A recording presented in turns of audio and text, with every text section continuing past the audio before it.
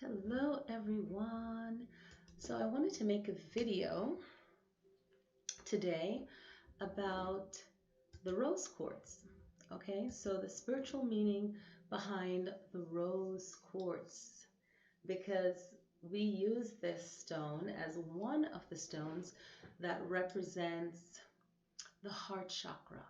Okay, so the stones are traditionally not a part of yoga and meditation, but its own practice of stone um, healing and using it in therapy, your own personal meditation. Because the stones, when you hold them, you get a feeling from them, a vibration from them, and also from the looks of it, it's like a soft pink. So you think it's very soft and just very soft and soothing, right? So the looks of it, it has that soothing, sweet look, right? And this one is smooth and out. This one I got at a gem show a couple of years ago, and I just stand it up, and I usually have this one in my bedroom. Now I move it in a Feng Shui corner, in the like love relationship corner. And I'll probably put like a different one there and bring this one back to my room later. But I have to move stuff around right now. And then this is a rough one, and I like the rough ones. And I always tell my students, for your office, I would put a rough one. It doesn't have to be this big. It can be half the size of this. And this one, and then on the other side, a salt rock to just clear out all that negativity. Like, especially if you just spoke with someone that's negative, you don't need the stones until you learn like other techniques without objects. But it's still good to have it regardless where you are in your level of energy work. So you would just, hold on to it, and you can use it as a paperweight, the salt one, which kind of looks like this, but it's a different, more orangey color. So this one, of course, is pink. I'll bring it up closer to the camera. All right, so you guys can see it, right? And because of all the light, you get a better view of it. You like my shirt? It says, "Love is the answer." Perfect shirt, right? I'll probably wear it again in future videos that I'm doing. So this is a time I usually would have, let's go to somewhere in Arizona and be at a hotel, buy some rocks, and then use one of the meeting rooms, and then just have like a workshop with showing the rocks. So that's what I've been doing for years. And then show off the rocks, talk about them, and I'll make a video for people, a short video, not the whole thing, of people that couldn't make it. All right, I feel like I still want to hold this. So basically, the rose quartz is associated with the heart chakra, love. All right, so some other things I want to just say. Of course, universal love. There's different ways of saying this. Universal love is really love for the world, the entire universe. It's like extending that outward. But first, you want to extend it within. So it's about, healing your own heart, your own issues from when you were a kid. So this is some really cool information that I came up with, because I can make a few videos on rose quartz and energy work and love and still not hit up, everything. So I want to share this much information about it. The self-love work. So working on yourself. So this is unconditional love for self, okay? Because you can have unconditional love for others, but having unconditional love for yourself is definitely more important, okay? Hands down, more important. So you can use the rose quartz to work with like inner child issues from rejection in the past from anyone, right? Rejection and healing that child wound, anything from childhood where you first had started your memory. For some people, it was 5 years old, maybe 4, but usually 5 years old. Usually it's like 8 or 9, or when something big happens. So your earliest memory of like any kind of rejection issues, any issues around love, and then bring in tenderness, right? So you can use that to then fill yourself with love, right? And I think EFT tapping is so powerful for that self work, because you're tapping on the meridian flow, and that's the chi in your body, and we're physical. So I feel like life coaching and therapy, where you're tapping on yourself, and it can feel very soothing too, okay, for people that will associate it with, you know, something positive rather than a negative hit or touch, right? So the tapping is soothing. So you can use this for passion work. So, you know, that's for outer work, the passion you have for someone else. But you want to work with self-love. I have unconditional love for myself. I care about myself. You know, words geared in that way where it's for self. Then for the outer work, it's like passion, right? So passion for someone else. This is associated with the fourth thyroidic vertebra, okay? Vertebrae or vertebra, however you want to say it. So it's associated with the heart. And it's the spiritual definition behind it is your devotion.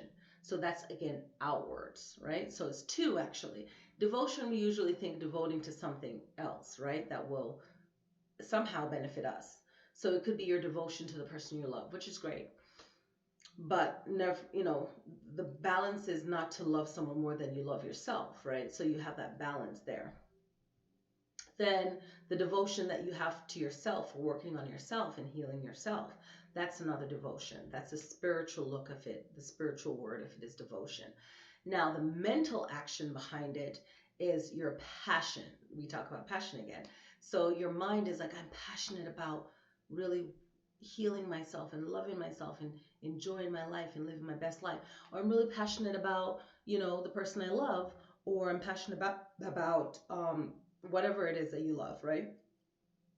So of course we know it's the heart, and it's also associated with the thyroid, right? So the thymus, sorry, the thymus. So it's associated with the thymus, also with the circulatory system, the lymphatic system, and the immune system. Because when we are not happy and we're heartbroken, it tends to affect our body, and we can get physically sick. You know, someone dying of a broken heart. So we can get physically sick from our emotions. Okay, whether we're angry, upset, or it's, you know, affecting the heart. So we talked about that universal love, right? You know, I love the world, like feeling that and connecting with it and pulling in that energy, and with the universe. So we can work with all of that. And in learning qigong, you can like bring that energy in, right? So we do that. And you can do the same thing, of course, in yoga meditation, right? Just pulling in that energy. So if you really know different kriyas and, you know, different spiritual mental practices, okay? So you can use this also to restore your trust in love and falling in love, okay? And it brings in harmony as well into your relationship and into your home. So I think you want to put the rose quartz in the very right corner of your home. That brings in love. I like the kitchen area, so like the right corner of the kitchen area is nice too. It could be the right corner of your bedroom, or when you open your front door, the very right corner. All right. And it also encourages unconditional love. So you want to balance out love, right? So, and you're not counting love, you know, like you're counting how many times you did something nice for your friend. That's not a friendship. That's just like, that's crazy. You're not counting anything, but you want to have this unconditional love and have it balanced. Okay. So it's like you feel that same reciprocity from the person you're extending that love to. Rose quartz purifies things. It opens up the heart chakra, right? And it is promoting this energy of love, of self-love, of loving others, of friendship. So it's a good gift to give to a friend. Like if it's a heart-shaped pendant, or even if it's like a rough cut, but it's, you know, it's a pendant. Is good. If you find a nice one that's a ring, they're starting to make more gold bands with these stones in it, which is nice, and hopefully they'll make it overpriced. But like that's really nice. I've seen a little bit of that being done, and hopefully jewelers will start making these stones, and they don't have to be expensive, but they're really nice, and people appreciate the mix of gold with these stones. It's beautiful. I love it. Okay, deep inner healing. So it's like another additional word for healing. Like you can heal from something that's not that traumatic or something that's really deep. Okay, and the other thing I like, and along with blue stones too, and just by itself, it makes you feel very peaceful. You know, it brings in that energy of peace. So I hope that this video gives you some more information. I could make other videos on it and bring up other topics, but that's the basis. The basis of it is that love energy. And I like the rough cut, but I also like to have the smooth cut. And what I always did is I had like a small one like this size for years, and I would just hold it in one hand, and I kept wishing I had another one, because I like the balance. But I would hold it in my hand, and I'll just think of happiness. I'll do like forgiveness or making peace. Forgiveness sometimes, but it's not really. It's only for me. It's only forgiveness if the person is truly sorry. Then there's no need for forgiveness. But um, and you'll know that by their action. You'll just know it. But it's more like making peace for myself, or just thinking of happy times, or healing myself, a feeling, and especially once I've really worked it out in my head and let it go, then it's nice to hold a rose quartz, maybe like using a black stone to kind of banish or, um, ground yourself in a meditation and kind of like cleanse with like obsidian or hematite or onyx. I never wore a lot of onyx. I like it. I knew a girl back in high school that she always wore a lot of onyx. Yeah, it looked really nice. So, but use those black stones to ground yourself. That's root chakra work, right? And then you could do sacral chakra work with sacral chakra stones. And then you could do the solar plexus work and then go up to the heart chakra and the throat chakra with blue stones. Orange stones would be for the sacral chakra. Yellow stones would be for the solar plexus, and it doesn't always have to be. And blue stones for the throat chakra, and any purple stones for the third eye and the crown. Yeah. So, and also for the root chakra is jasper as well, because in my yoga class today, um, I had um, aventurine green for the heart chakra, or also for money, um, jasper, and I had little rose quartz. So I don't have the other bag with me. And then if you don't, I always suggest to people get 7 clear quartz, right? Like if you're going out, get 7. I have so many of them. I was like, which one? Get 7 clear quartz because you can use them on all your chakras. And I like them as one because if you're going to do your Reiki work and any kind of spiritual energy work, I love this rough cut one. Okay. And then I like this manufactured kind of shaped one. I like this one too. So you can do all those energy works with it. So, and then I have to show off my pyrite heart that I got in Louisiana when I went. And I keep meaning to get a heart-shaped rose quartz, and I haven't yet in a while, and a heart-shaped aventurine, but the rose quartz. I have it in a pendant, but it's in a box somewhere. I have no idea. So anyway, I got that years ago. So I hope this video helps you. Leave some comments, ask some questions. Definitely click like on this video, share it with others. That way I can get up to hopefully 1,000 subscribers to the channel. That really helps.